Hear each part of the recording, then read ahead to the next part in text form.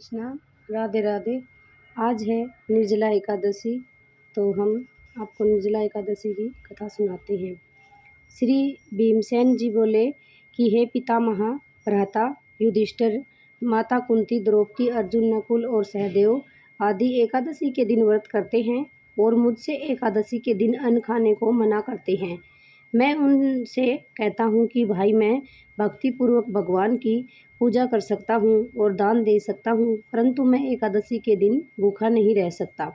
इस पर व्यास जी बोले, हे भीमसेन, यदि तुम नरक को बुरा और स्वर्ग को अच्छा समझते हो तो प्रत्येक मास की दोनों एकादशियों को अन्न न खाया करो। इस पर भीमसेन बोला, हे पितामह, आपसे प्रथम कह चुका हूँ कि मैं एक दिन एक समय भी भोजन किए बिना नहीं रह सकता।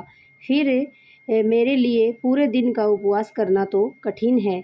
मेरे पेट में अग्नि का व्यास है और जो अधिक अन्न खाने पर शांत होती है। यदि मैं प्रयत्न करूं तो वर्ष में एक व्रत अवश्य कर सकता हूं। अतः आप मुझे कोई ऐसा एक व्रत बतलाइए जिससे मुझे स्वर्ग की प्राप्ति हो सके। श्री व्यास जी बोले कि हे वायुपुत्र, बड़े बड़े ऋषि और महर्षियों ने बहुत से शास्त्र आदि बनाए हैं। यदि कलयुग में मनुष्य उन पर आचरण करे तो अवश्य ही मुक्ति को प्राप्त होता है। उनमें धन बहुत कम खर्च होता है।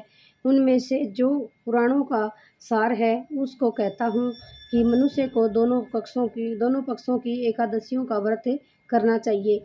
इससे उन्हें स्वर्ग की प्राप्ति होती है।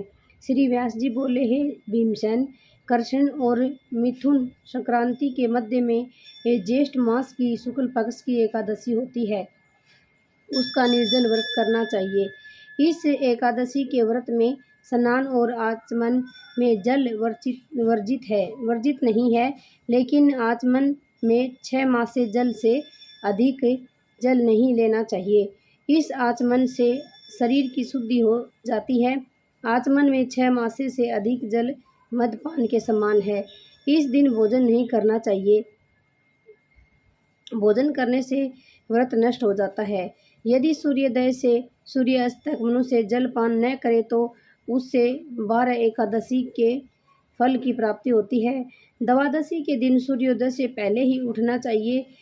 इसके पश्चात भूखे ब्राह्मण को भोजन कराना चाहिए। तत्पश्चात स्वयं भोजन करना चाहिए। हे भीमसेन, स्वयं भगवान ने मुझसे कहा था कि इस एकादशी का पुण्य समस्त तीर्थों और दान के बराबर है। एक दिन निर्जला रहने से मनुष्य पापों से मुक्त हो जाता है। जो मनुष्य निर्जला एकादशी का व्रत करते हैं उनको मृत्यु के समय भयानक यमदूत नहीं दिखते, वरन भगवान विष्णु के दूत स्वर्ग से आकर उसको पुष्पक विमान पर बिठाकर स्वर्ग को ले जाते हैं। संसार में सबसे श्रेष्ठ निर्जला एकादशी का व्रत है। अतः यत्न पूर्वक इस एकादशी का निर्जल व्रत करते रहना चाहिए।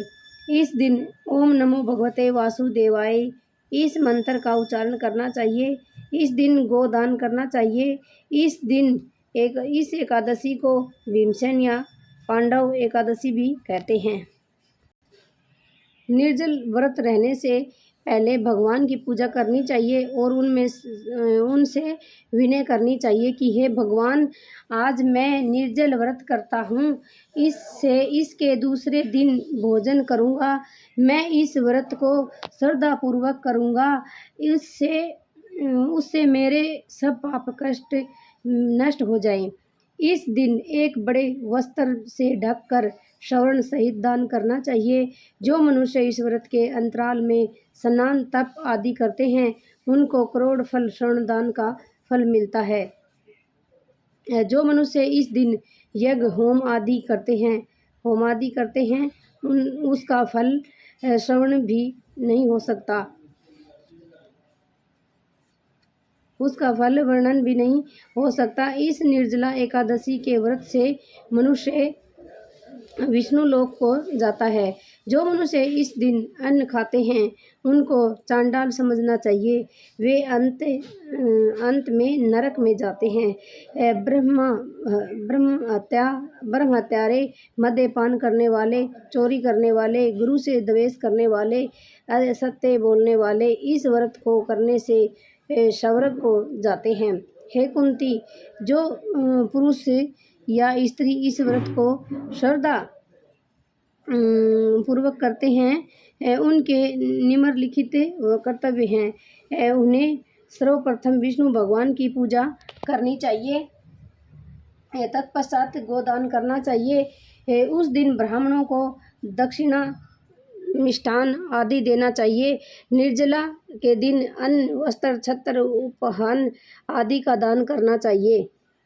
जो मनुष्य इस कथा को प्रेम पूर्वक सुनते हैं उनको स्वर्ग की प्राप्ति होती है। हरे कृष्णा, राधे राधे। और आप है ना कि मैं ये कहना चाहती हूँ कि जो भाई ज़्यादा आपका सामर्थ्य नहीं है तो नॉर्मल सा दान अवश्य करें, जैसे कि भाई कोई भी फल फ्रूट ले लेना।